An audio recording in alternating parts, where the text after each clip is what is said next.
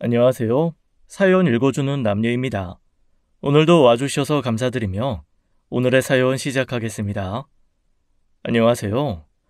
전 얼마 전 쌍둥이 엄마가 된 대전 사는 30대 여성입니다. 저는 요즘 사람 무섭다는 말을 실감하면서 살아요.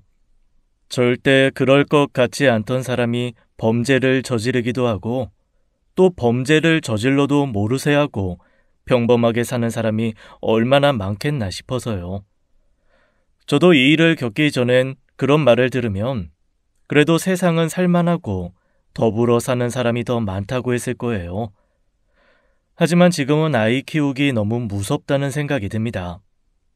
저는 회사 동료와 2년 연애 끝에 결혼했어요. 섬세하고 성실한 사람이라 2년 동안 헤어지자 말 한 번 해본 적이 없이 순탄한 연애를 한 상대였죠. 제천에 사시는 시부모님은 평생 농사만 짓고 산 분들이신데 순박하고 너무 좋으신 분들입니다. 남의 집 귀한 딸 데려와 미안하다고 시집 온 지금까지 며느리한테 쩔쩔매는 분들이세요. 그래서 나는 참 남편도 잘 얻고 시부모님 운도 좋고 그렇게 자부했었어요. 딱 한 사람, 남편 위에 있는 아주버님의 부인, 형님의 실체를 알기 전까지는요. 아주버님은 남편과 3살 터울 위였고 형님도 아주버님과 동갑으로 저희보다 4년 먼저 결혼했습니다. 그래서 처음 시집 왔을 때 텃세 아닌 텃세, 유세 아닌 유세를 부리더라고요. 동서도 눈치가 빠르면 알았겠지만 우리 어머님 아버님 아는 게 하나도 없어. 그저 좋은 게 좋은 거라고 예뻐만 하시는데 그래도 집안에 누군가는 기강을 잡아야 하잖아. 그게 우리 시언니 아빠가 될 수도 있는 거고 내가 될 수도 있어. 무슨 뜻인지 알겠지? 그 말이 자기가 제 기강 잡겠다는 말이지 무슨 말이겠어요. 저도 오랜 회사 생활하며 여우 같은 상사, 뱀 같은 상사 만나 일하다 보니 그렇게 순순히 당하기만 하진 않습니다. 그래서 형님 앞에서는 알겠다고 한 후 시부모님 앞에서 그대로 이야기했죠. 어머님, 아버님, 앞으로 잘 부탁드려요. 부족한 점이 있으면 얼마든지 가르쳐 주시고 잘못한 거 있으면 질책도 달게 받겠습니다. 세상에 완벽한 사람 없고 잘못 안 하고 사는 사람도 없어. 그런 걸로 누가 누굴 가르치거나 질책하는 건 옳지 않지. 내가 아무리 편하게 대해줘도 부모 자리만은 못하겠지만 내 부모다 하고 편하게 대해다오. 아들이 둘밖에 없어. 나는 딸 하나 더 얻은 것 같아 기쁘다. 그렇게 말씀해 주셔서 감사해요.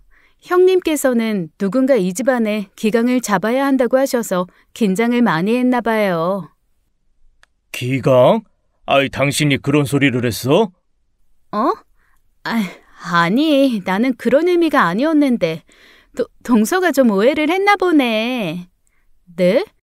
저는 형님이 아버님, 어머님 대신 기강 잡는다는 말인 줄 알았는데 제가 오해했나요? 형님은 시부모님 앞에서 어쩔 줄을 모르고 얼굴을 붉히더라고요. 아마 그때 알았을 거예요. 제가 제 뜻대로 움직이는 순진한 사람은 아니라는 것을요. 저도 한없이 호의로 다가오는 사람에나 순진하지 그렇게 목적 가지고 다가오는 사람들에게 호락호락하진 않아요. 제가 처음부터 형님의 말을 고깝게 들은 이유가 있기도 했어요. 아주버님 부부도 저희 상견례 자리에 참석했었는데 4살 된 시조카 때문에 그 자리가 엉망이 됐었거든요. 아무것도 모르는 아이니 응석을 부릴 수도 있고 말을 듣지 않을 수도 있다는 건 압니다. 하지만 애가 그러면 부모는 말리거나 그러지 못하게 해야 하는 거잖아요.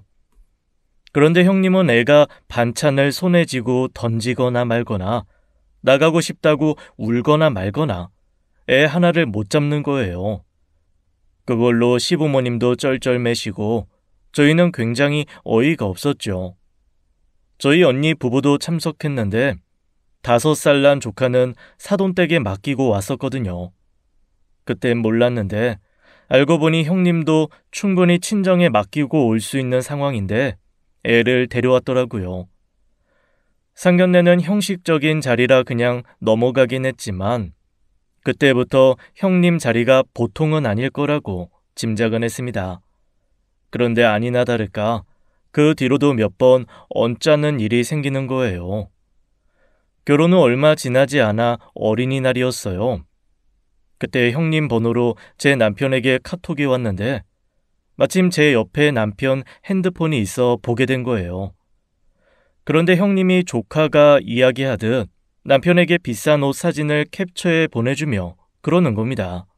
작은 아빠, 시원이 꽃가옷 사주세요. 어린 시동생한테 그런 문자 보낸다는 게 민망스럽지도 않은지 어울리지도 않는 이모티콘까지 써서요. 거기다 그때 형님이 제 남편에게 어린이날 선물로 사달라고 한 옷은 70만 원짜리 명품 원피스였어요. 그러니 제가 얼마나 황당하고 기가 막혔겠나요. 이걸 지금 진심으로 보낸 메시지인가 싶어 벙쪄서 보고 있는데 남편이 온 거지요. 왜? 형님이 당신한테 카톡 보냈는데 이거 봐. 그래? 곧 어린이날이나 그런가 보다. 그게 끝이야? 뭐가? 이걸 봐. 지금 이거 얼만 줄 알아? 70만 원짜리야, 70만 원. 형님 진심으로 하는 말이야? 그러네. 비싸긴 하다. 근데 애 옷이 더 비싸긴 하더라. 손바닥만한 것도 수십만 원 하고. 아무리 그래도 싼 옷도 많아. 잠깐 입히고 말 옷인데 수십만 원 옷이 왜 필요해? 잠깐만. 당신 설마 지금까지 그렇게 시원히 옷 사준 거야? 형수가 뭐 필요하다고 하면 그냥 돈 보냈는데. 뭐? 당신 호구야? 아무리 조카 사랑이라지만 너무하잖아. 그럼 이 돈도 보낼 생각이었던 거야? 좀 그런가? 좀 그런가? 이 사람이 진짜. 누가 조카 어린이날 선물로 명품 원피스를 해줘. 당신은 70만 원짜리 옷 있어? 미안. 내가 시연이가 첫 조카다 보니까 너무 예뻐하고 애들 옷값 같은 걸 잘 몰라서 그렇게 큰 돈이라고는 생각 못했어. 옷값이라기보다는 그냥 시연이 필요한 거 사준다고 생각하고 보낸 돈이라. 솔직히 혼자였어도 이해가 안 되지만 이제 당신 가정 꾸린 사람이잖아. 앞으로도 그렇게 어린이날 생일 그 핑계로 수십 쓸 거야? 나는 그거 그냥 못 봐. 나도 조카 있어. 우리 형준이 엄청 예뻐하지만 그렇게 이벤트 있을 때마다 수십? 난 용납 안 돼. 미안해. 내가 그거 미처 생각을 못했네. 이번엔 형한테 잘 이야기해서 거절해 볼게. 총각 시절 남편은 하나밖에 없는 조카라고 물신양면 돈을 엄청 쓴 모양이었습니다. 하나하나 따져보니 임신 축하금, 출산 축하금, 돌잔치, 매년 생일, 어린이날, 크리스마스 쓰기도 엄청 썼더라고요. 전부 남편이 직접 준비했다기보다는 매년 생일마다 형님이 뭐 해달라, 얼마 달라 그랬던 거예요. 총각 때는 따로 모으는 돈 말고는 자기한테 쓰는 돈도 많지 않고 자주 있는 일도 아니니 달란 대로 준 거고요. 남편이 그래도 매년 챙기는 어린이날인데 신경 쓰인다고 해서 그럼 10만 원만 보내고 말라고 했습니다. 그마저도 올해가 마지막이고 한 번씩 보면 애한테 용돈 주는 거야 터치 안 하겠다고 했고요. 그런데 10만 원을 이체한 어린이날 저녁 남편이 아주버님 전화를 받고서 표정이 좋지 않더라고요. 왜? 아주버님이 뭐라고 그래? 형수가 내가 돈 줄 거라고 생각하고 미리 사버렸나 봐. 매년 그러다가 이제 와서 그러면 어쩌냐고. 일단 올해까지는 챙기라는데. 웃기네. 준다고 한 적도 없는데 왜 자기 멋대로 돈 써놓고 책임지래? 형님도 아주버님도 너무 염치가 없는 거 아니야? 무슨 당신 지갑을 자기 지갑처럼 써? 매년 내가 그렇게 줬으니까 올해도 그런 줄 안 거지. 매년 그래왔어도 올해부터는 새 가정 꾸렸으니 힘들겠다고 생각하는 게 정상 아니야? 애초에 어린이날이라고 70만 원짜리 원피스 사달라는 것도 정상은 아니지만. 한 번도 이런 문제로 갈등이 있었던 적이 없어 그런지 남편도 지금까지 그게 잘못됐다는 생각은 못했다더라고요. 돈을 수억 버는 사업가면 조카한테 쓰는 70이 대단한 돈이 아니겠죠.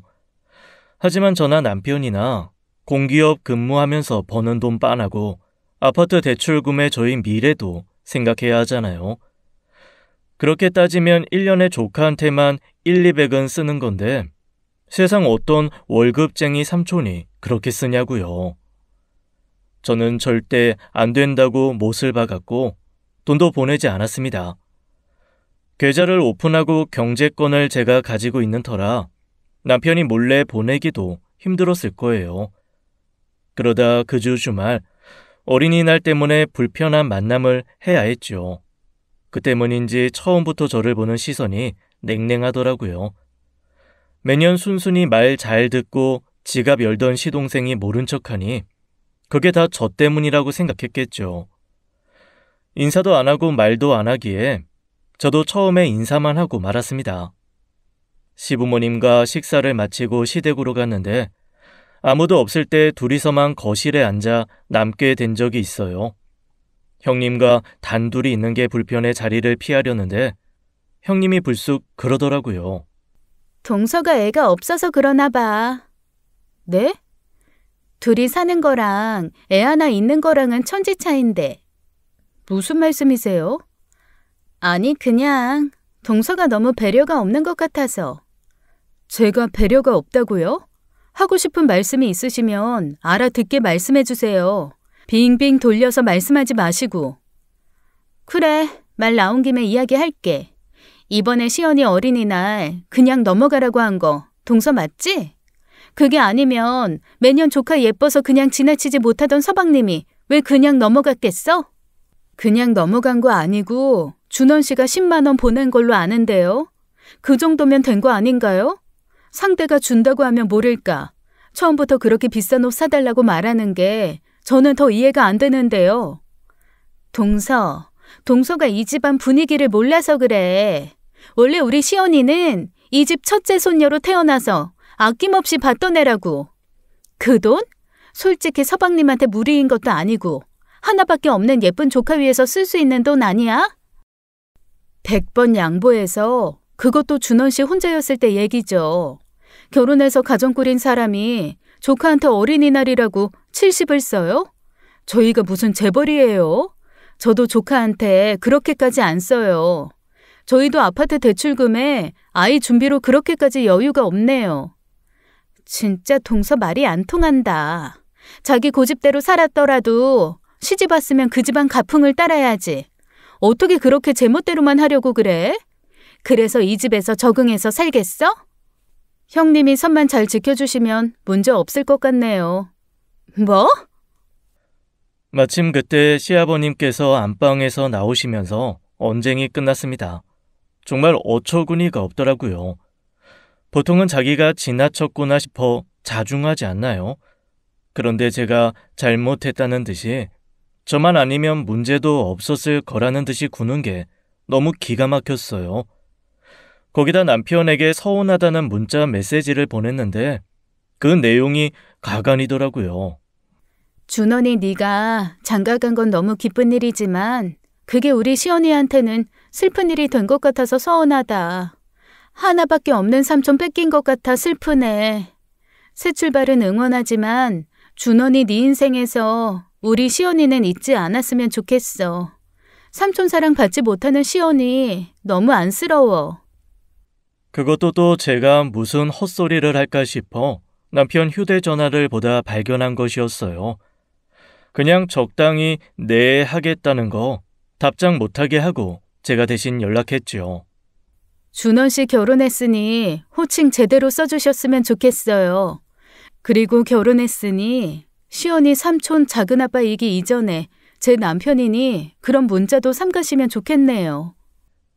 그랬더니 답장은 따로 안 오더라고요.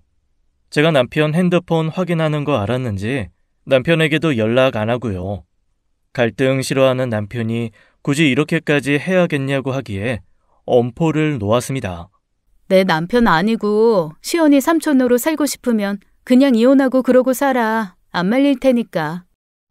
왜 그렇게까지 이야기해? 그냥 좋은 게 좋은 거니까 적당히 대꾸하고 넘어가자는 거지. 당신 형수가 적당히 대꾸해서 넘어갈 사람이야? 이런 거 확실히 안 해두면 나중에 또 말 나온다고. 그러게 왜 그렇게 물색 없이 돈을 써? 돈을 쓰기를. 그나마 남편이 제 편이고 제 이야기에 이해하고 넘어가주니 다행인 일이었어요. 그 뒤로도 시댁에서 만나면 불편한 순간들이 많았어요. 가까이 사는 게 아니라 자주 볼 일이 없으니 그 정도지 가까이 살았으면 볼만했겠더라고요. 시댁에 와서도 매일같이 하는 소리가 힘들다, 돈 없다, 뭐 그런 말들이었어요. 어머니, 이번 달도 생활비 빠듯해서 힘들어 죽겠어요. 성원 씨 벌이로 앞으로 어떻게 살까 싶어요. 아이고, 매번 그렇게 힘들어서 어쩐다니. 얼른 잘 풀려야 네가 좀 편할 텐데. 그러게 말이에요. 저도 애만 없으면 일도 하고 살림이 좀 편했을 텐데. 사회적으로도 사람들이 애 있는 집을 이해 못 해주는 것 같아서 너무 속상하기도 해요. 이래저래 돈 쓸 일도 더 많고 생활비도 빠듯한데. 저 들으라는 듯이 하는 말 같아 기가 막혔습니다. 그래요. 힘든 집이면 형제끼리 돕는 거야 어쩔 수 없다 치고 이해해 줄 수도 있을 거예요. 근데 형님은 원해서 외벌이 하는 거거든요. 진짜 살림이 힘들고 빠듯하면 애 어린이집 갈 시간에 한 푼이라도 더 벌려고 할 텐데 그런 것도 아니었어요. 그리고 진짜 생활비가 빠듯한 집안에서 애 선물로 70만 원짜리 명품 원피스를 바라나요? 아직 어린이집이나 다니고 학원도 안 다니는 애한테 돈이 들면 얼마나 든다고 애 타령인지 마음에 안 들었습니다. 이런저런 아쉬운 소리는 다 하는데 제가 꿈쩍도 안 하니 어머님 앞에서 은근슬쩍 저를 원망하기도 하더라고요. 그래도 서방님 혼자였을 땐 우리 시연이 예쁘다고 종종 용돈도 줬는데 결혼 후 그런 게 일절 없어진 것 같아서 시연이도 많이 속상할 것 같아요. 아유, 쟤들도 이제 돈 모아서 살아야지. 아파트 대출금도 보통이 아닐 텐데. 형님이 간과했던 게 어머님한테 그런 소리 해봤자 어머님은 저한테 쓴소리 못 하신다는 겁니다. 그리고 형님도 참 양심이 없어요. 저희는 양가 부모님께 한 푼도 안 받고 저희 힘으로만 결혼했거든요. 그런데 형님네는 아주버님이 사회생활을 한 지 얼마 안 돼서 혼전 임신으로 한 결혼이라 아버님 도움을 좀 받았어요. 살고 있던 전셋집을 아버님께서 해주신 거였어요. 말은 빌렸다지만 아버님 어머님 성격에 되돌려 받을 분들도 아니라 고스란히 증여된 셈이었죠. 그런데도 형편 타령, 돈 타령하니 얼마나 지긋지긋한가요? 제 주변에 그렇게 뻔뻔한 사람이 없었다 보니 어떻게 사람이 저렇게 양심이 없을 수 있나 너무 열받더라고요. 처음엔 어머님도 있는 자리니 그러려니 하고 한 귀로 듣고 한 귀로 흘렸는데 제 성격상 결국 폭발한 거예요.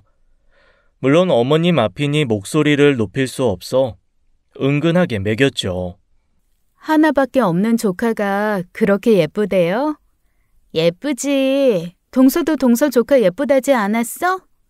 기대되네요. 나중에 우리 애 태어나면 아주버님이 얼마나 예뻐하실지. 뭐?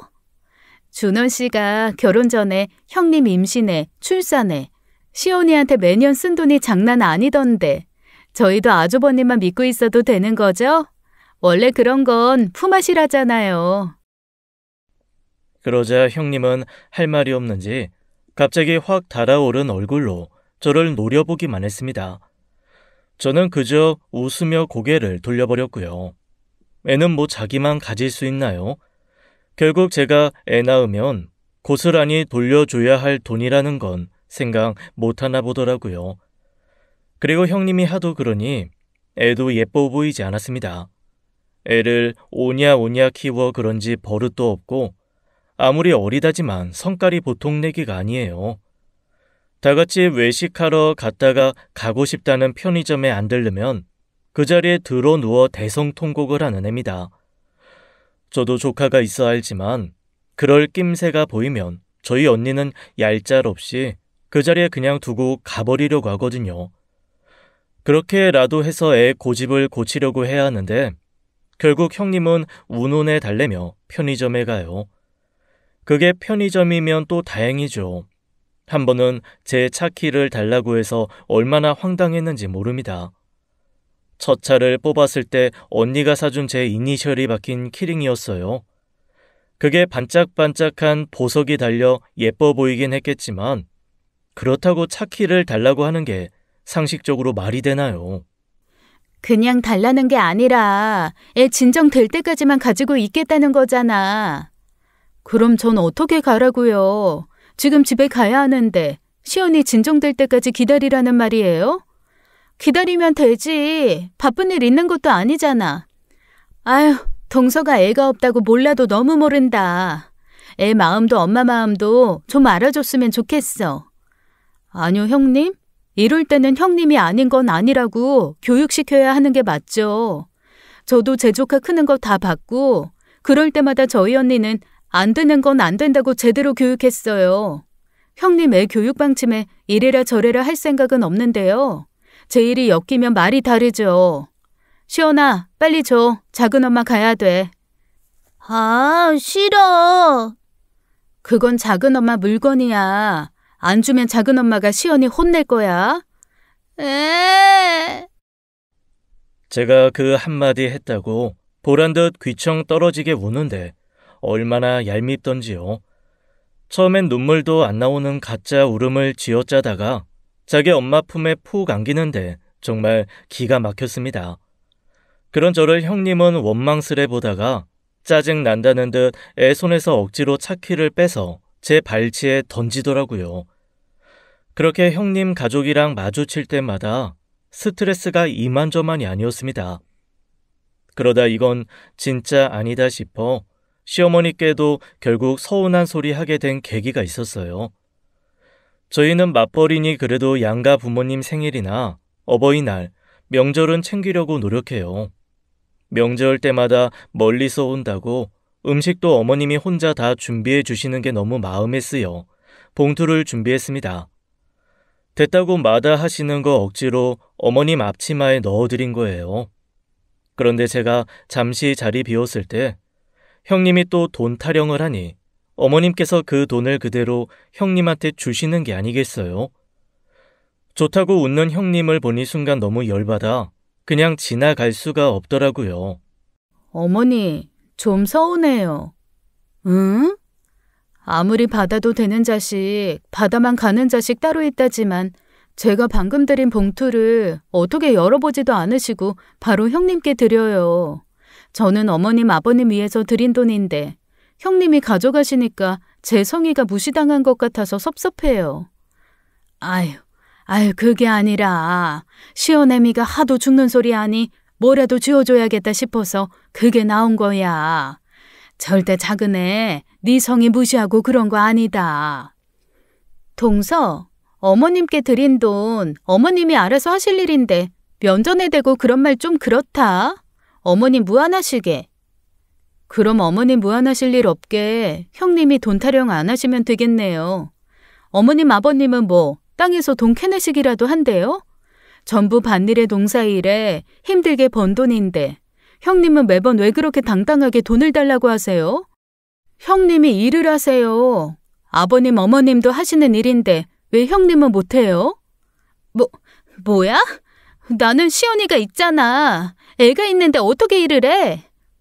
저희 언니 애 낳고 3달 쉬고 바로 복직해서 지금까지 일하고 있어요. 제 친구들 중에서도 애 있어도 맞벌이 하는 애들 많고요. 애초에 요즘 세상에 맞벌이 안 하는 집이 얼마나 있어요? 맞벌이 하기 싫으면 그냥 형편껏 살지. 왜 어머님 아버님 은행 찾아오듯 와서 그러시냐고요. 참던 게 터져서 말이 좀 세게 나가긴 했어요. 그날 형님은 당황했는지 눈물을 쏟고 나가버렸죠. 어머님 앞에서 못 볼 꼴 보인 것 같아 죄송했지만 저는 후회하지 않았습니다. 어머니께서도 속상한지 제 등을 2번 두드리고는 그냥 방에 들어가시더라고요. 남편에게 그 이야기를 하자 남편도 제가 좀 참았으면 좋았을 걸 하는 내색이라 남편과도 한바탕 했어요. 형수 그러는 거 하루 이틀도 아닌데 그냥 좀 넘어가지. 매번 그냥 넘어가? 매번? 그럼 우리는 매번 눈앞에서 어머님 아버님 위해서 준비한 봉투 형님한테 뺏겨? 당신은 왜 그렇게 사람이 물러? 솔직히 아주버님네 그렇게 힘든 것도 아니잖아. 형님이 자기 분수껏 안 살면서 집에서 놀기만 해서 그런 거지. 나도 알아. 아는데 그냥 분란 만들기 싫어 그런 거지. 그렇게 갈등 분란 그런 거 싫어서 회피하면 당하는 사람은 계속 당하고만 사는 거라고. 나는 그러기 싫어. 손해보기 싫은 게 아니라 뻔뻔하고 염치 없는 형님이라서 싫은 거야. 사람이 손을 벌려도 양심이 있으면 몰라. 그렇게 어머님 아버님 등골 다 빼먹고 나중에 2분 아프시기라도 하면 그때 형님이 뭐 병간호라도 할 것 같아? 에이, 그래도 그 정도는 하겠지. 아니, 절대 안 해. 당신 형님이라는 사람은 자기 이속만 챙길 줄 알지 손해보고 자기 싫은 일은 절대 안 한다고. 저는 그 일 이후 형님과 완전히 관계를 끊고 살았습니다. 이전에도 따로 연락하는 일은 없었지만 시댁에서 만나 인사하는 일도 없었고요. 시부모님께 눈치 보이긴 했지만 저도 성격이 그렇게 유순하진 않다 보니 굽히고 들어가긴 싫더라고요. 그러다 결혼 1년 차쯤 됐을 때 제가 임신했어요. 그것도 무려 쌍둥이였습니다. 사촌 언니 중에 쌍둥이가 있긴 한데 집안 내력을 저도 받게 될 줄은 몰랐어요. 애초에 아이 계획을 하나만 했던 저희 부부에겐 축복이자 걱정거리이기도 했죠. 하지만 양가 부모님들이 모두 생각보다 많이 좋아해 주셔서 이것도 보기련히 하기로 한 거예요. 제 임신 소식을 들은 형님은 제게 딱 2마디 했습니다. 이제 동서도 내 마음을 좀 알겠네. 애 생기면 애엄마 마음이 싱글일 때랑은 다르단 거 알게 돼서 다행이야. 남편이 결혼 전 형님에게 준 임신 축하금 그런 건 없었어요. 축하한다 일절 없이 어디 한번 두고 보자 그런 말이 전부였죠. 남편도 내심 기대한 바가 있었는지 입 싹 닫는 자기 형수 보고 서운해하더라고요. 내가 뭘 했어? 당신 형수 그런 사람 아니라고 했지? 그래도 시연이가 있으니까 나만큼은 못해도 인사치레는 할 줄 알았는데.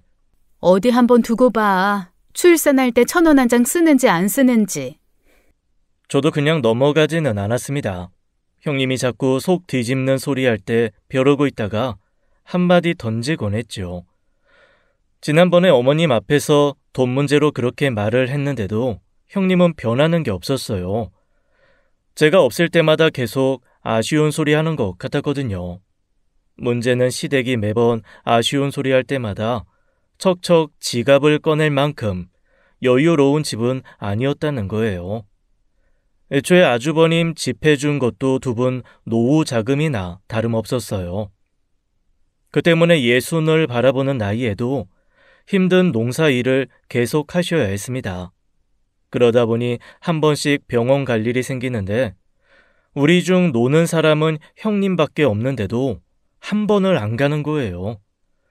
남편도 처음엔 이상한 점을 못 느끼더니 어머님 병원 문제 때문에 골치가 아파지자 그제야 눈에 보이나 보더라고요. 아, 형, 지난번엔 나랑 윤정이가 연차 써서 병원 갔다 왔잖아. 근데 이번에도 또 나보고 연차를 쓰라고? 회사에 얼마나 눈치 보이는 줄 알아? 그리고 윤정이 임신이야. 그거 알고도 하는 소리야? 형수는 뭐 하는데? 애를 뭐 하루 종일 봐? 그리고 형수 사돈 어른도 계시잖아. 놀러 갈 때는 사돈 어른 찬스 쓰고 애 잘만 맡기면서 왜 이런 일에는 쏙 빠져? 진짜 너무한 거 아니야? 아이 몰라 끊어. 이번엔 못 가니까. 남편이 씩씩대며 전화를 끊는 걸 보면서 그거 보라고 그럴 줄 알았다고 쳐다보았어요. 그랬더니 남편도 할 말이 없는지 한숨을 깊게 쉬며 그러더라고요. 아, 진짜 너무하네. 엄마가 어떻게 했는데 이 정도도 안 해. 내가 뭘 했어. 형님 절대 나서서 할 사람 아니라고 했잖아. 아주머님이 뭐라고 하는데 자기가 간대? 몰라. 알아서 하겠지. 뭐 진짜 해도 너무해. 나만 자식이야. 장남이라고 하는 것도 없으면서. 아유 씨. 평소 욕 한 번 하지 않았던 남편이 그렇게 말할 정도면 평소 쌓인 게 적지 않다는 거겠죠. 남편도 사실 내색을 안 했다 뿐이지 볼 건 다 보고 알 건 다 알았던 거예요. 물론 제가 연차든 휴직이든 하고 모시고 다닐 수도 있었어요. 하지만 쌍둥이 임신하고도 회사 다니고 있는 저보단 5살짜리 애 있는 형님이 하는 게 더 맞잖아요. 다행히 어머님께서도 그걸 느꼈는지 그 뒤로 형님네한테 손을 좀 줄이신 것 같았습니다. 뒤에서 말해도 안 되는지 제가 있는 자리에서도 돈 이야기를 꺼내는데 어머님께서 딱 잘라 말하시더라고요. 어머니, 시연이 5살 돼서 이제 학원도 시작해야 하는데 아유, 죽겠어요.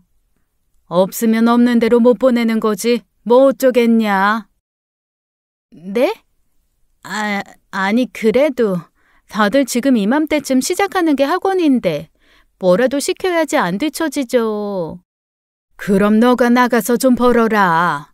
앞으로 수학이다 영어다 돈 들어갈 때가 천진데 계속 그러고만 있을 거야?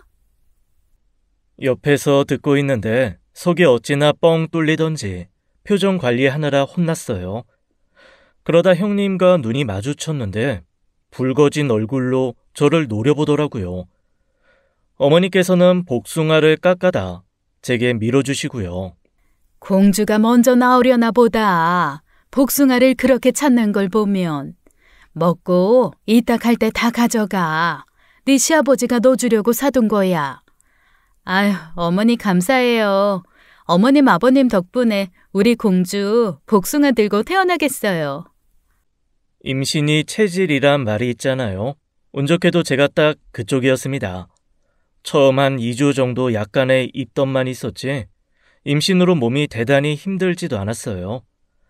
이맘때쯤 되면 소양증 때문에 몸이 가려워 잠도 못 잔다는데 저는 그런 것도 없었고요. 살이 좀 붓고 배가 남들보다 더 빠르게 나올 뿐 거뜬했습니다. 그걸 보고 어머님은 친정 어머니처럼 다행이라고 한참을 가슴을 쓸어내리셨어요. 너 쌍둥이라고 하니까 내가 겁부터 나더라. 애 하나 품어 낳는 것도 일인데 몸도 작은 애가 둘씩이나 가지고 얼마나 힘들까 싶어서. 근데 공주도 왕자도 다 효자 효녀인 거지. 어떻게 속 한 번을 안 썩이고. 그러게요. 정말 천운이다 싶어요. 저도 처음엔 쌍둥이라 그래서 가슴이 덜컹 내려앉았는데 얼마나 다행인지요. 좋겠어 동서는. 나는 하나 있는 것도 입덧에 먹토에 초반부터 막달까지 죽을 맛이었는데. 그러게요. 형님이 하도 겁을 주기에 애 생기면 얼마나 고충이 심하려나 했는데 다행이죠. 은근히 자기는 고생하고 저는 편하게 지내는 것 같다고 유세하는 것 같아 한마디 했어요. 그러자 역시 표정이 좋지 않은 겁니다. 그걸 보고 전 또 한마디 했죠. 하나밖에 없는 조카라 뭐든 다 해주고 싶을 거라던 형님 말 기대하고 있어요. 비록 하나가 아니라 둘로 태어나지만 기쁨이 2배인데 돌아오는 것도 2배겠죠? 우리 남편이 그만큼 썼으니 형님도 각오하는 게 좋을 거다. 그런 경고 아닌 경고였습니다. 솔직히 형님한테 안 받아도 그만이었지만 경각심을 가지고 살았으면 싶어 한 말이었어요. 형님은 하나고 저희는 둘이니 상황은 한 방에 역전된 거잖아요. 그러니 형님 논리대로라면 우리가 훨씬 힘들고 고충이 많으니 배려도 돈도 많이 받아야죠. 형님이랑 자주 만나는 사이는 아니지만 만날 때마다 견제하는 게 느껴졌습니다.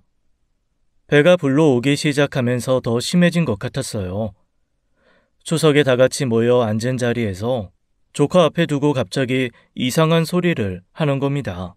할머니, 할아버지 집에 오면 우리 시연이만 공주였는데 이제 작은 엄마가 아기들 낳으면 우리 시연이는 찬밥공주 되겠네.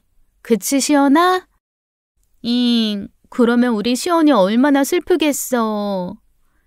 형님, 어머님, 아버님도 계신데 애한테 무슨 말을 그렇게 하세요. 찬밥공주라니. 어머님, 아버님이 시연이 찬밥 취급할 거다 그거예요? 공주랑 왕자 태어난다고 해서 시연이 찬밥 안 만들 테니 걱정하지 마라. 어머님은 그렇게 말씀하시지만 사실 지금도 다르신데요, 뭘. 뭐? 다르긴 뭐가 달라? 오늘도 그렇잖아요. 평소엔 우리 시연이 잘 먹는 LA 갈비 잔뜩 해놓고 기다리시더니 오늘은 보란듯이 동서 좋아하는 꽃게탕만 해두시고 이러니 그냥 나온 소리예요. 지금도 이러시는데 나중에 애라도 태어나면 쌍둥이 때문에 우리 시연이만 찬밥 신세 되겠다 싶어서요. 다음 주에 작은 애 생일도 있고 해서 그거 생각해 먹고 싶은 걸로 차린 거지. 너 임신했을 때도 너 좋아하는 거 이 사람이 다 차려줬잖아. 게다가 지난번에는 시연이 LA 갈비 재워서 들려보냈고, 근데 이번 한 번이 그렇게 서운하다는 거야? 알아요. 이해해요. 근데 섭섭할 수는 있잖아요. 동서 임신만 아니었어도 오늘 밥상에 우리 시연이 좋아하는 LA 갈비가 넘쳤을 텐데. 말하는 거 보면 정말 애가 따로 없었습니다. 설사 그런 걸로 서운하다 쳐도 그게 애써 음식 차려주신 시부모님 앞에서 할 말은 아니잖아요. 그 한마디로 분위기가 안 좋아졌는데 형님은 아랑곳하지 않고 자기 애만 챙기는 거예요. 그리고 나서 각자 집으로 헤어지려는데 어머님이 황급히 다가와 저에게만 몰래 봉투를 주셨습니다. 애 갖고 돈 들어갈 일 많으니 명절 용돈 챙기지 말라는 어머님께 남편 통에 봉투를 전달한 차였어요. 어머니, 이게 뭐예요? 가져가라. 이런 거 챙기지 말라니까 왜 또 챙겨? 가뜩이나 해준 것도 없는데 고대도 태어나고 하니 내가 더 챙겨 넣었다. 큰애 보기 전에 얼른 가져가. 아니에요. 됐어요, 어머니. 어머니께서 돈이 어디 있으시다고요? 알면서 뭘 그래. 돈이 없다 해도 자식들한테 내줄 돈은 있는 거지. 그동안 너무 큰애만 챙겨서 너 섭섭한 거 안다. 성원이 사정 뻔히 알아. 걔들을 더 챙겼지만 준원이도 너도 내 새끼인데 어떻게 모른 척 하겠어. 염치 없이 받기만 하는 것도 한두 번이고 네 아버지가 그렇게 하라고 했으니까 모른 척하고 딱 받아. 응? 그렇게 한사코 마다하는 가방에 봉투를 억지로 넣어주시는 통에 결국 받아올 수밖에 없었죠. 그런데 그 모습을 차에 올라탄 형님이 다 보고 있었다는 겁니다. 봉투를 받고 돌아설 때 눈이 딱 마주쳤는데 말없이 창문을 올리더라고요. 솔직히 봐도 그만이다 싶고 느끼는 바가 있지 않을까 싶었는데 그게 전부 제 헛된 기대였어요. 형님이 그때 무슨 마음을 먹었는지 알았다면 절대 형님과 함께 하는 일은 없었겠죠. 그로부터 며칠 뒤 형님이 제게 카카오톡으로 커피와 조각 케이크 세트 선물을 보낸 거예요. 임산부에게 적합한 선물 같진 않았지만 처음 있는 일이라 무척 당황스러웠습니다. 저를 더 놀라게 한 건 함께 온 메시지였어요. 동서, 내가 그동안 동서네한테 너무 무심했던 것 같아. 내가 내 자식만 생각하고 동서 사정은 고려하지 못했네. 윗사람으로서 부끄러운 모습만 보인 것 같아서 미안해. 늦었지만 지금부터라도 우리 가족끼리 잘 지내보자. 형편이 어려워서 비싼 건 아니지만 마음이라도 받아주면 좋겠어. 임산부도 하루 한 잔의 커피 정도는 괜찮대. 선물보다 그 한마디가 어찌나 놀랍던지 일하고 있던 남편한테 전화해 야단 법석을 떨었습니다. 형님한테서 그런 문자 메시지 왔다. 내일은 해가 서쪽에서 뜨려나 보다고요. 남편도 좋은 거 아니냐고 형수가 그렇게 먼저 다가와 줬으니 우리도 한 발은 더 다가가 보자고 하더라고요. 좋은 게 좋은 거라는 말을 이럴 때 쓰는 거잖아요. 손윗 사람이 그렇게 나오는데 끝까지 무시하는 건 예의도 아니고요. 그 뒤로는 가끔 안부 문자도 하고 잘 지냈습니다. 그나마 있던 형님 스트레스가 없어지니 좀 살 것 같더라고요. 그러다 임신 7개월 차가 되었을 때 도저히 일을 할 수 있는 상황이 아니라 휴직을 했어요. 그렇다고 집에만 있다 보니 갑갑하고 마침 시어머니께서 시댁에 와 있으면 어떻겠냐고 해서 가게 됐죠. 며느리 주방에 들어가는 걸 싫어하시는 어머님 덕에 삼시세끼 대접받고 지내던 어느 날이었어요. 밥 먹고 마을 한 바퀴 돌고 어머님 아버님 소일거리 도와드리고 그렇게 남편 없이 시댁에서 일주일 있었을 겁니다. 그 주 주말 갑자기 형님이 찾아온 거예요. 형님이 어쩐 일이세요? 동서가 와 있다고 해서 같이 시간이나 보낼까 해서 온 거지. 마침 시연이도 할머니 할아버지 보고 싶다고 하고. 감사해요. 날도 추운데. 그렇게 멀지도 않은데 뭐. 동서네보다 우리 집이 여기까지 더 가깝잖아. 귤 좀 먹어. 동서 과일 좋아해서 귤도 좀 사왔는데. 정말요? 감사해요. 해가 서쪽에서 여러 번 뜨더라고요. 애타령, 돈타령도 없이 그 짠순이가 저 먹으라고 귤까지 사오다니요. 그게 끝이 아니었습니다. 아버님, 어머님 일이 있으셔서 오후에 집을 비우시자 형님이 자기가 밥상을 차려주겠다고 한 거예요. 거들겠다고 했는데도 한사코 앉아 있으라고 해서 거실에 앉아 있었죠. 한참 있다 보니 제법 차린 티가 나는 한상이 차려지더라고요. 대부분은 어머님이 해두신 냉장고 반찬이었지만 생선도 굽고 찌개도 새로 끓여주는 거예요. 솔직히 저는 그때 형님한테 감동했습니다. 앞으로는 언니 생긴 셈 치고 잘 지내봐야겠다 그런 생각까지도 할 만큼이요. 그렇게 밥상에 앉았는데 밥에서 쉰내가 나더라고요. 밥을 새로 한 것 같았는데 왜 밥에서 쉰내가 나지 싶어 보니 새밥 밑에 헌밥이 섞여 있는 거예요. 형님, 밥 새로 하신 거 아니었어요? 밥 새로 했는데 저기 싱크대 위에 어머님이 밥 빼두신 게 있길래. 왜, 새밥만 줄 걸 그랬나? 버리기 아깝잖아. 그렇게 말하길래 저는 형님 밥도 섞였나 했습니다. 그런데 형님은 밥도 안 드시고 조카 밥만 새밥으로 퍼놨더라고요. 아침을 많이 먹어서 아직 소화가 안 돼서 난 안 먹으려고. 이리 줘, 내가 밥 다시 퍼줄게. 아니에요. 제가 다시 풀게요. 진짜 다시 푸게? 네? 아니, 아깝잖아. 새밥이랑 섞어 먹으면 그렇게 차지도 않을 텐데. 근데 밥에서 쉰내가 나서요. 겨울 다 됐는데 밥이 밖에 내놨다고 상하겠어? 임신해서 좀 예민해졌나 보다. 이리 줘, 내가 새로 퍼줄게. 형님은 그렇게 말하면서 됐다는데도 자기가 밥을 새로 퍼주더라고요. 그때부터 형님의 행동이 이해가 되지 않기 시작했습니다. 되게 묘한 거예요. 친절한 것 같으면서도 아닌 것 같고 호의인 것 같으면서도 아닌 것 같은 거 있잖아요.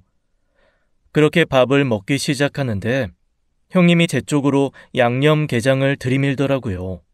동서, 게 좋아하지 않아? 먹어봐. 지금은 날 것은 안 먹으려고요. 괜히 탈날까 봐. 에이그, 그렇게 음식 예민하게 가리면 애도 예민한 애 나온다?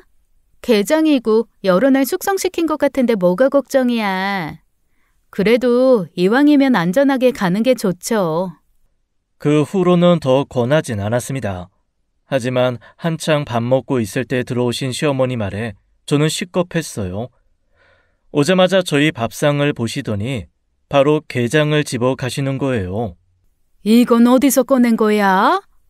냉장고에 있던데요? 이거 오래돼서 못 먹는 건데 설마 먹은 거 아니지? 어머, 정말요? 몰랐어요. 냉장고에 있길래 내놓은 건데. 다행히 먹진 않았어요. 동서가 날 것은 좀 피하고 싶다고 해서. 다행이다. 넌 내가 젤미 서랍에는 버릴 거 두는 거 알지 않어? 모아뒀다가 버리려고 한 건데. 그게 거기에 있진 않았던 것 같은데. 아니긴, 내가 이걸 넣어둔 지가 언젠데. 싱크대에 있는 밥은 어딜 갔어? 그거야말로 버리려고 둔 건데. 네? 아, 그래서 동서가 냄새가 난다고 했구나. 아니, 저는 겨울 다 돼가는데 밥이 왜 상하냐 했죠. 으이구, 먹은 건 아니지? 빨리 와보길 잘했네. 새밥해서 왜 혼밥을 먹이길. 어머니께서 그렇게 말씀하시며 음식물 쓰레기통에 밥과 게장을 한 번에 넣는 걸 보고 전 너무 황당했습니다. 우연이라고 하기엔 형님이 한 일이라 너무 찝찝하고 마음에 걸리더라고요. 하지만 우연이겠지. 저한테 상한 음식 먹여 좋을 게 뭐가 있다고 싶은 마음에 그냥 넘긴 거예요. 그 일이 있고 난 후 진짜 사건은 한 달 뒤에 벌어졌습니다.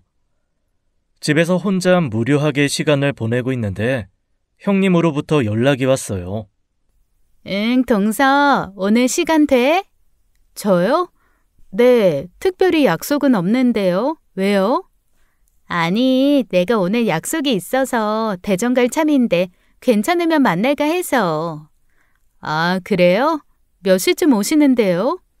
점심 약속이라 일 보고 어쩌고 하면 3시쯤이나 시간 될 것 같은데 괜찮아?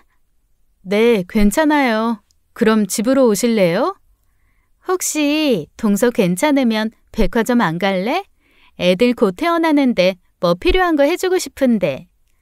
네? 아유, 괜찮아요, 형님. 이미 다 샀어요. 그래도 큰엄마, 큰아빠가 그러면 안 되지. 시원아빠도 뭐라도 하나 해줘야 마음이 편하다고 하고. 돈이 제일이라지만 첫 선물인데 성의가 그게 아닌 것 같고 해서 그래. 간 김에 옷이라도 한 벌 동서 마음에 든 걸로 해주고 싶고. 아, 괜찮은데. 이미 필요한 물건은 다 준비되어 있었고 여기저기 들어올 선물만으로도 충분했습니다. 게다가 형님 사정 빤히 하는데 제가 뭘 받든 마음이 편하겠나요? 예전 같으면 벼르고 있었으니 뭐라도 받아야겠다 싶었겠지만 형님이 사과 문자를 보낸 이후 마음도 정 같지 않았고요. 하지만 한사코 뭐라도 해주고 싶다는 말에 결국 집을 나서게 된 거예요. 그게 두고두고 후회가 될 일이 될 줄도 모르고요. 차가 없었던 형님은 제가 사는 곳까지 버스를 타고 왔어요. 볼일을 본 후 저희 집으로 와서 제 차를 대신 몰겠다고 하더라고요. 그냥 편하게 택시 타고 가자고 했는데 차 있는데 뭐하러 택시를 타냐고 현관 선반에 있던 차 키를 챙기는 겁니다. 자기가 저 편하라고 대신 운전해 준다는데 뭐 어쩌겠어요. 죄송하다, 감사하다 하고 조수석에 올라탄 것이죠. 그렇게 한참 백화점을 달리고 있을 때였어요. 갑자기 형님이 외마디 비명을 내지르더니 핸들을 팍 꺾는 게 아니겠어요. 워낙 갑작스럽게 일어난 일이라 어떻게 된 일인지도 모른 채 정신을 차렸을 땐 눈앞에 가로수가 있었습니다. 쾅 하는 소리와 함께 가로수를 들이박았고 저는 그대로 정신을 잃고 말았어요. 배에 극심한 통증을 느끼고 눈을 떴을 땐 구급차가 와 있었고 옆으로 발을 동동 구리는 형님이 보였죠. 그리고 나서 또 정신을 잃었고 정신을 차릴 때마다 병원, 수술실, 다시 병실, 그렇게 장소가 바뀌었어요.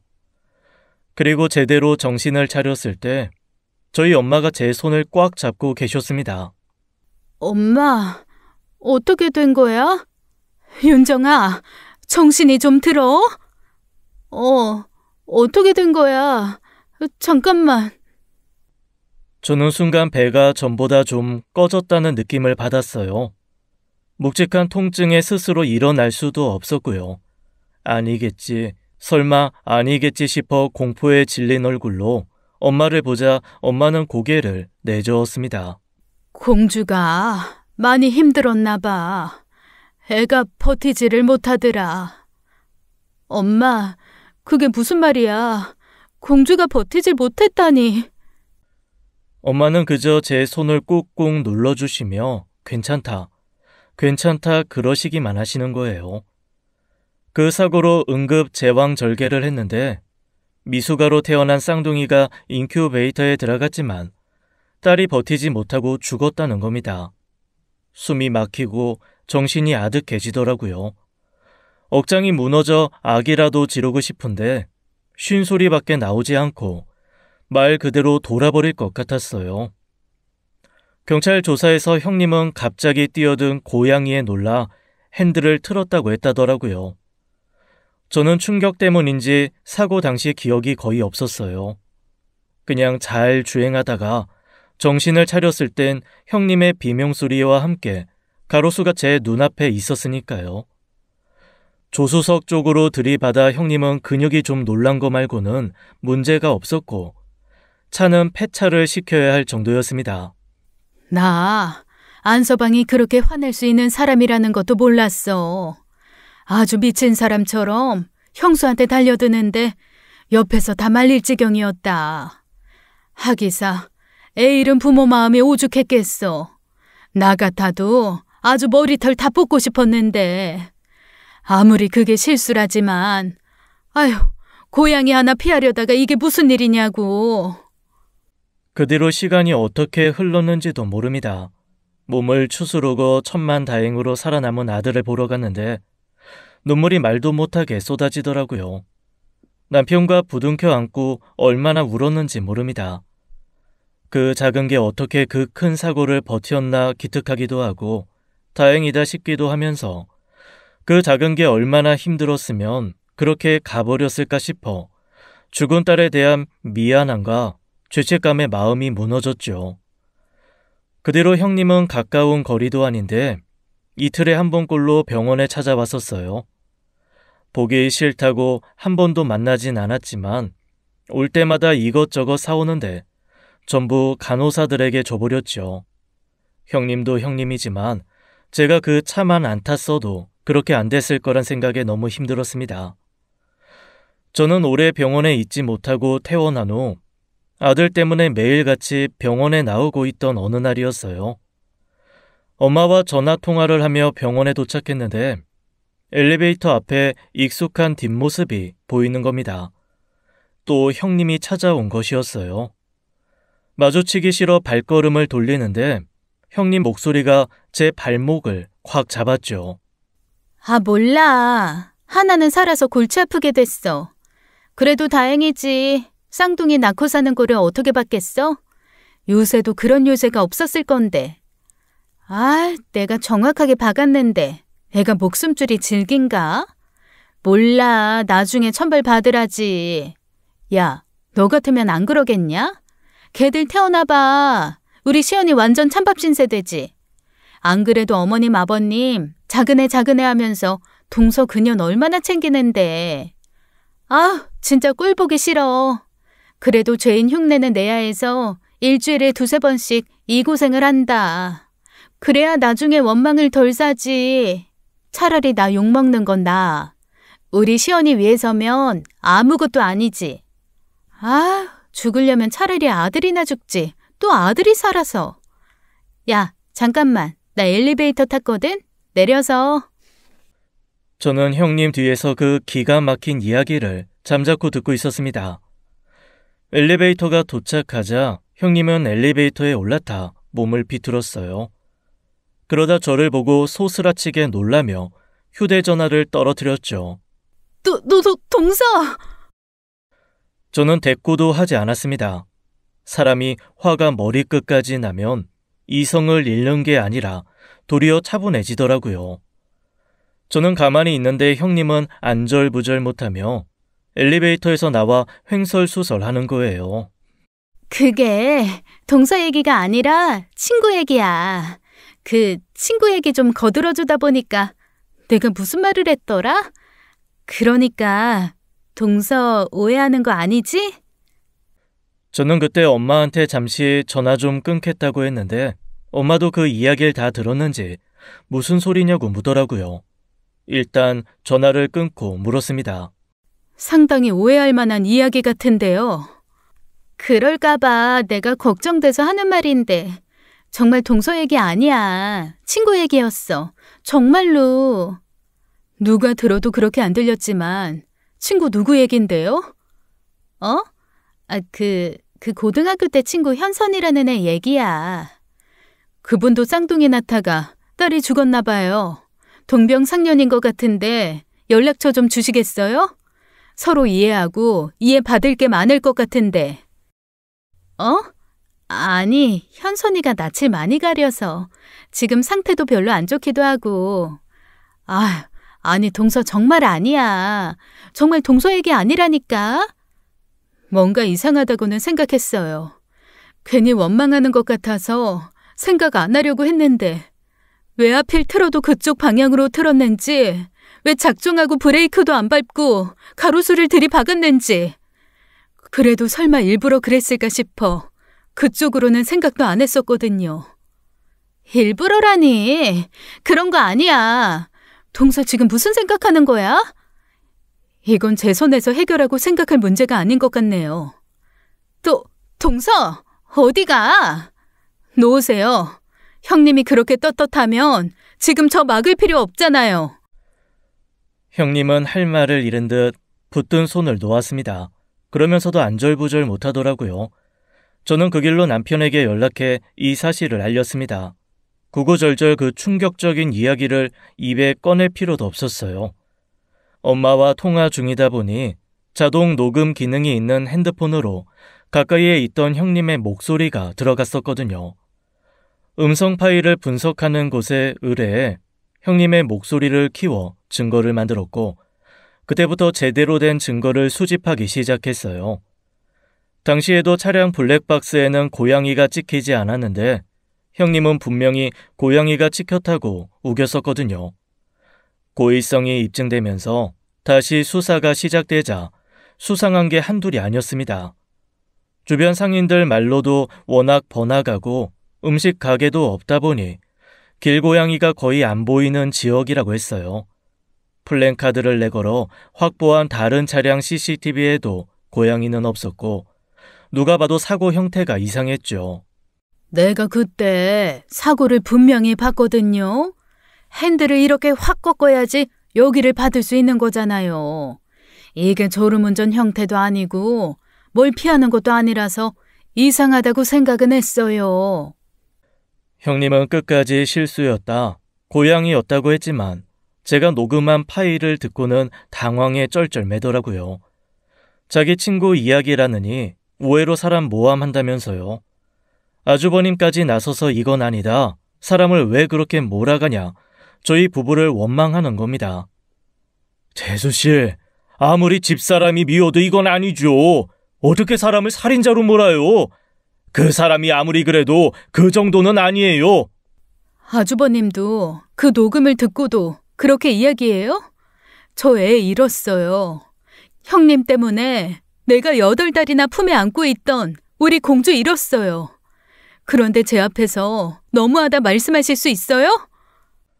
그거야, 친구 이야기라고 하잖아요. 친구 누구요? 아주버님도 좀 이상하다고 생각하지 않아요? 시연이 귀한 자식인 거 알면 더욱더 그러면 안 되죠. 어떻게 애 죽길 바라면서 그런 사고를 내요? 형, 그만 닥치고 좀 가. 지금 나 많이 참고 있으니까. 준원이 너, 형 대접해줄 때 조용히 가. 다시는 찾아오지 말고. 아니면 나 형수 패고 나도 깜빵 갈 수 있어. 내가 지금 참는 건 이 사람이랑 우리 수환이 때문이니까. 남편이 당장이라도 주먹질을 할 것처럼 눈을 부릅뜨자 아주버님도 별수 없이 자리를 떴지요. 형님은 재판장에서도 서럽게 울면서 항변했지만 증거들이 너무 충분했어요. 결국 형님은 징역 7년을 받았고 수감되었죠. 판결이 떨어지던 날 형님은 저를 보고 악다구니를 쓰며 그랬습니다. 우리 시연이 엄마 없는 자식 만들고도 네 자식이 잘 살 것 같아? 두고 봐, 복수할 거야. 내가 나와서 네 자식 인생 다 짓밟아 버릴 테니까 기다려. 7년? 아무것도 아니야. 지구 끝까지 쫓아가서 밟아줄 거라고. 두고 보면 제가 가만히 있는답니까? 한 번은 당했어도 두 번은 안 당하죠. 그러면 안 된다고 생각하는 분들도 계시겠지만 밤마다 형님을 저주하고 있어요. 감옥이든 어디든 형님이 있는 곳 그 어디에서든 지옥 속에서 살길 바란다고요. 아주버님은 그로부터 얼마 뒤 이혼했습니다. 소문이 다 나서 아이를 데리고 살던 곳을 떠났다고 들었어요. 어머님 몸이 좋지 않아 비밀로 진행된 재판이었는데 결국 모든 사실을 알게 된 어머니께서 큰일 날 뻔하셨죠. 겨우 정신을 차리고서 울면서 사죄하시는데 어머님이 무슨 잘못이 있겠어요. 일이 그렇게 되다 보니 저희 아들 생일은 딸이 하늘나라로 간 날이기도 합니다. 지난 겨울 우리 아들 두 돌이 되는 날이었어요. 그날도 작년처럼 우리 딸 유골을 뿌린 산으로 갔습니다. 울음소리 한번 듣지 못하고 떠나버린 아이에게 저는 영원한 죄인일 거예요.